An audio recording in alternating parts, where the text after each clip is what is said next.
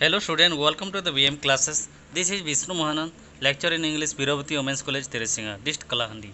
Today I am going to teach you the last poem of the plus 2 first year Arts, Science, Commerce, the famous poem Fishing, written by the Odia writer Goparanjan Mishra. He is a well-known teacher of English in Odisha. My dear student, Goparanjan Mishra is the well-known teacher of English in Odisha. He is the one of the famous poet, and his profession is teaching. And now he is engaged and working as principal of JKPK College, Cuttack. He is the famous person who has written so many poems, story in both Odia and English. He has recited most of his poems to learn audience in different parts of the country and has been widely acclaimed. At present, he is working as the principal of JKVK College, Cuttack. Goparanjan Mishra was born in the year 1954. Now, he is one of the famous poet of Odisha. In this poem, he is describing or want to share his experience to us. Fishing is one of the famous poem of the Mr. Goparanjan Mishra.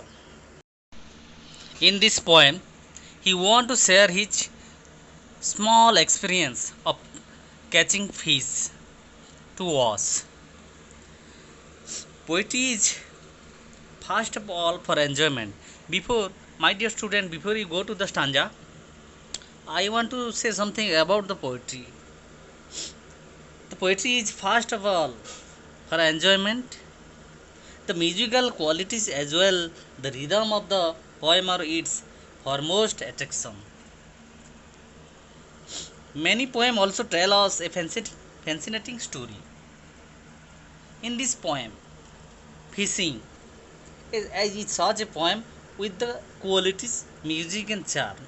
In this poem, the poet seems to convey the idea that an act of kindness is a rich source of joy. Kindness is a rich source of joy. ପ୍ରକୃତରେ ମାଇ dear student, ସେ ଏହି fishing ପାଠ ମାଧ୍ୟମରେ ତାଙ୍କର ଯେଉଁ ମାଛ ଧରିବା ଯେଉଁ ଇଚ୍ଛା ଥିଲା, ତାହା ଏଠି କବିତା ମାଧ୍ୟମରେ ଆମ ସମସ୍ତଙ୍କୁ ଜଣାଇବାକୁ ଚାହୁଁଛନ୍ତି. My dear student, now we come to the first stanza of this famous poem Fishing. Like a seasoned angler, sure of his feet. Like ମାନେ ପରି, season ମାନେ having lot of experience in a work, ଅନୁଭୂତିପୂର୍ଣ୍ଣ ବା କୌଣସି କାମରେ ପୁରା ସମ୍ପୂର୍ଣ୍ଣ ବା ପରିପୂର୍ଣ୍ଣ ଅନୁଭୂତି ସମ୍ପୂର୍ଣ୍ଣ ହୋଇଥିବା. ଆଙ୍ଗଲର କହିଲେ ବିନିଶି ପକାଳି ବା ଯିଏ ମାଛ ରେଗୁଲାର ଧରେ ଲାଠ ମାଧ୍ୟମରେ ବା ବାଉଁଶ କଣ୍ଟା ମାଧ୍ୟମରେ. Sure of his fit, sure ମାନେ ନିଶ୍ଚୟ, his fit, sure of fit ମାନେ ନିଜ ସଫଳତା ଉପରେ ଦୃଢ଼ ରହିବା.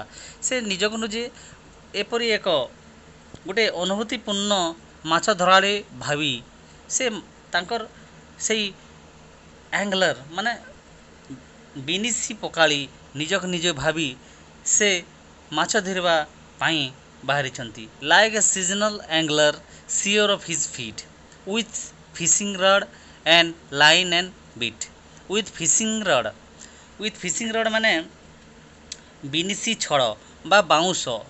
ଫିସିଂ ରଡ୍ କହିଲେ ବିନିଶି ଛଡ଼ ବା ଗୋଟେ ବାଉଁଶ ବୋଲି ବୁଝିବା. And line and bait, line କହିଲେ ସୂତା, ବେଟ୍ କହିଲେ ଥୋପା, ଯେଉଁ ଥୋପା food use to attract the fish, ଯେଉଁ ମାଧ୍ୟମରେ ମାଛ ଧରାଯାଏ, ଥୋପା କୁହାଯାଏ ତାହାକୁ, ବା ମାଛକୁ ଆକର୍ଷିତ କରିବା ପାଇଁ ଖାଦ୍ୟ. ବେଟ୍ ଯେଉଁ ଖାଦ୍ୟ ମାଧ୍ୟମରେ ମାଛକୁ ଆକର୍ଷିତ କରାଯାଏ. I said you all wait for me. I refer to the poet in this third line. I refer to the poet Mr. Goparanjan Mishra. I said, you all wait for me. ମୁଁ କହିଲି you all wait for me. wait ମାନେ ଅପେକ୍ଷା କରିବା. You all wait for me.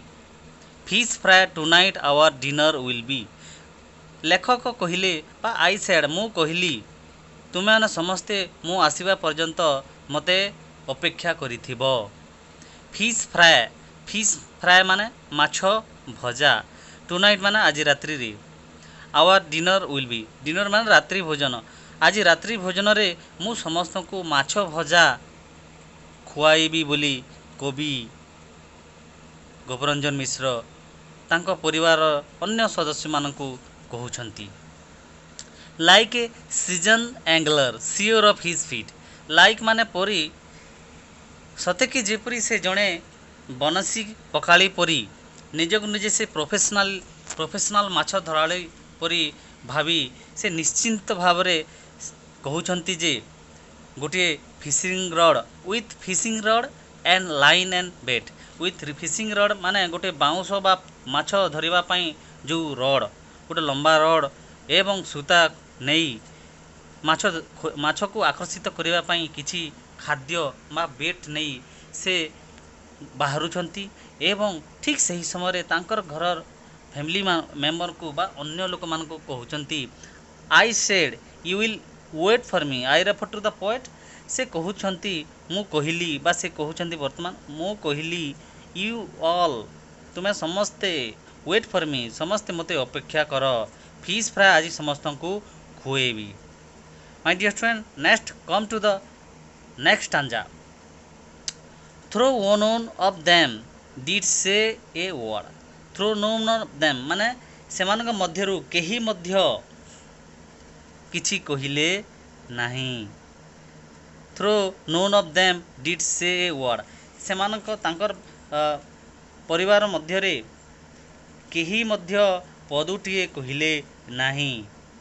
କାରଣ ସେ କେବେ ହେଲେ କୌଣସି ଜିନିଷ କୌଣସି ବାହାରିଆ ଜିନିଷ କୌଣସି କେବେ ହେଲେ ଆଣିନାହାନ୍ତି. ତେଣୁ ତାଙ୍କ ପରିବାର ଲୋକ ତା କଥାକୁ ଶୁଣି କିଛି ନ ଜାଣିଲା ପରି ନ ଶୁଣିଲା ପରି ଭାବୁଥାନ୍ତି ବା କରୁଥାନ୍ତି. On my face yet I hear. On my face yet I hear. On my face କହିଲେ ମୋ ମୁହଁରେ ମୁଁ କିଛି ସେମାନଙ୍କର ଖିଲି ୟେଟ୍ ଆଇ ହିୟର୍ ମୁଁ ଶୁଣିଲି. ଆଇ ହିୟର୍ ୟେଟ୍ ଏପର୍ଯ୍ୟନ୍ତ ଶୁଣିଲି. ମୋ ପରିବାର ଲୋକ କିଛି ଫୁସୁର ହେବାର ବା ଧୀରେ ଧୀରେ କଥା ହେବାର କିଛି ଶୁଣିଲି. ହିୟର୍ କକଲ୍ସ ଖିଲି ହସିବା ବା ଫୁସୁର କଥା ହେବାର କିଛି ମୁଁ ଶୁଣିଲି. Some chuckles sure up at my back. Some chuckles ମାନେ ଏଠି କହୁଛନ୍ତି ଯେ ଖିଲି ହସ. ମୁଁ ଗଲା ପରେ ମୋ ପଛପଟେ ବା ମୁଁ ଗଲା ପରେ ମୋ ପରିବାର ଲୋକ ମୋତେ ନିହାତି ହସିଥିବେ ବୋଲି କବି କହୁଛନ୍ତି.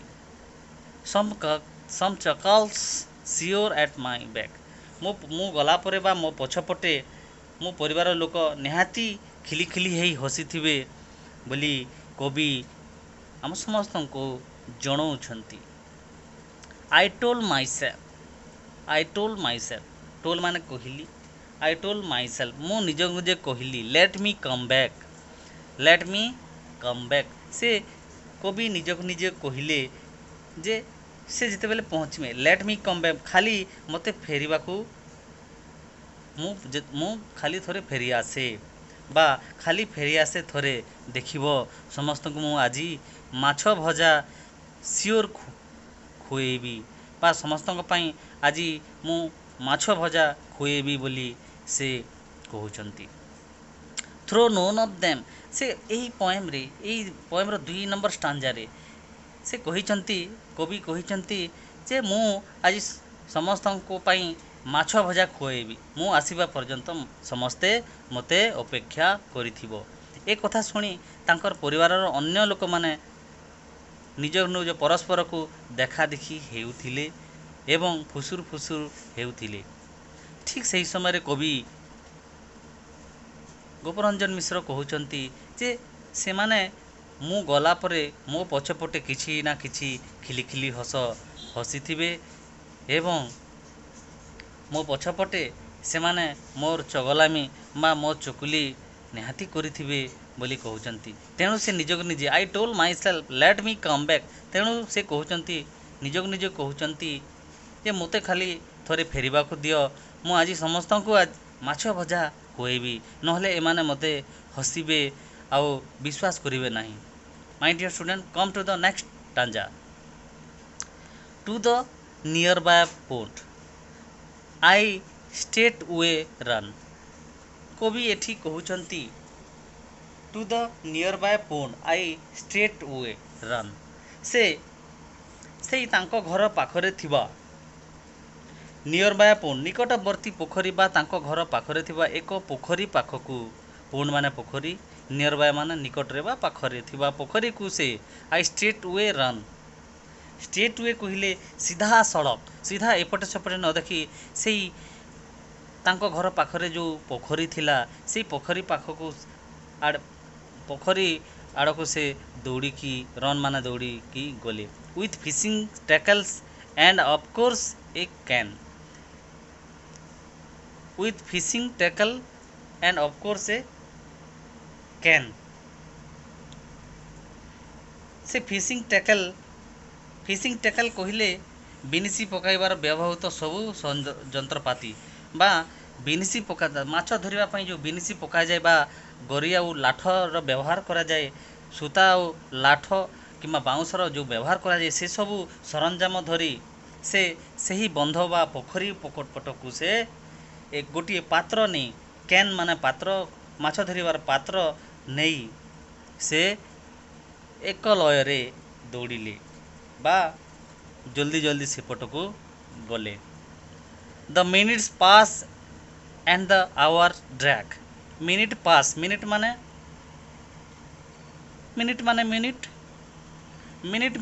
ଅନେକ ମିନିଟ୍ ପାସ୍ ହେଇଗଲା ଏବଂ ଘଣ୍ଟା ଘଣ୍ଟା ପାସ୍ ହେଇଗଲା ପରେ ଡ୍ରାଗ୍ ମାନେ ଗଡ଼ି ଯାଇଗଲା। ଅନେକ ସମୟ ଗଡ଼ିଗଲା ପରେ ମଧ୍ୟ ତାଙ୍କର ସେଇ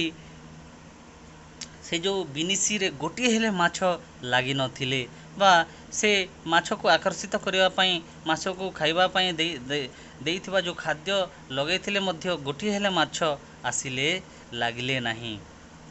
ଇଟ୍ seems no luck that day I had. ସେ ଭାବୁଥିଲେ ଆଉ କହୁଥିଲେ it seems no luck that day I had. ସେ ନିଜ କଥା ହେଉଥିଲେ ଯେ ଆଜି ମୋ ଲକ୍ଟା ଭଲ ନାହିଁ ବା ମୋ ଭାଗ୍ୟ ଆଜି ଭଲ ନାହିଁ, ଆଜି ମୋ ଲକ୍ଟା ବେଳା ଭଲ ନାହିଁ ବା ଆଜି ମୋର ଭାଗ୍ୟରେ ମାଛ ଖାଇବାର ନାହିଁ, ମାଛ ଲାଗିବାର ନାହିଁ ବୋଲି ସେ ମନେ ମନେ କଥା ହେଉଥିଲେ। ମାଇ ଡିୟର ଷ୍ଟୁଡେଣ୍ଟ, ଆମେ ଆଜି ପାଇଁ ଏତିକି ପଢ଼ିବା। ମୁଁ ଏହି ପୋଏମ୍ର ଡିସ୍କସନ୍ କେମିତି ଲାଗିଛି, ଯଦି ଭଲ ଲାଗିଥିଲେ ମୋ ଚ୍ୟାନେଲ୍ BM କ୍ଲାସ୍କୁ ଲାଇକ୍ କରନ୍ତୁ, ସେୟାର କରନ୍ତୁ, କମେଣ୍ଟ କରି ମୋତେ ଉତ୍ସାହିତ କରନ୍ତୁ। ମୋ ଚ୍ୟାନେଲ୍କୁ ସବସ୍କ୍ରାଇବ୍ କରି ପାଖରେ ଥିବା ବେଲ୍ ଆଇକନ୍କୁ ଦବାଇ ଦିଅନ୍ତୁ, ଯାହାଫଳରେ ଏହି ଭିଡ଼ିଓର ପାର୍ଟ 2 ମୁଁ ଯେତେବେଳେ ଅପଲୋଡ଼ କରିବି ଆପଣମାନଙ୍କୁ ପ୍ରଥମେ ନୋଟିଫିକେସନ୍ ଚାଲିଯିବ। ଆପଣମାନେ ଘରେ ଥାଇ ଆରାମରେ ଦେଖିପାରିବେ, କୌଣସି ଫିସ୍ ଲାଗିବ ନାହିଁ। ଧନ୍ୟବାଦ।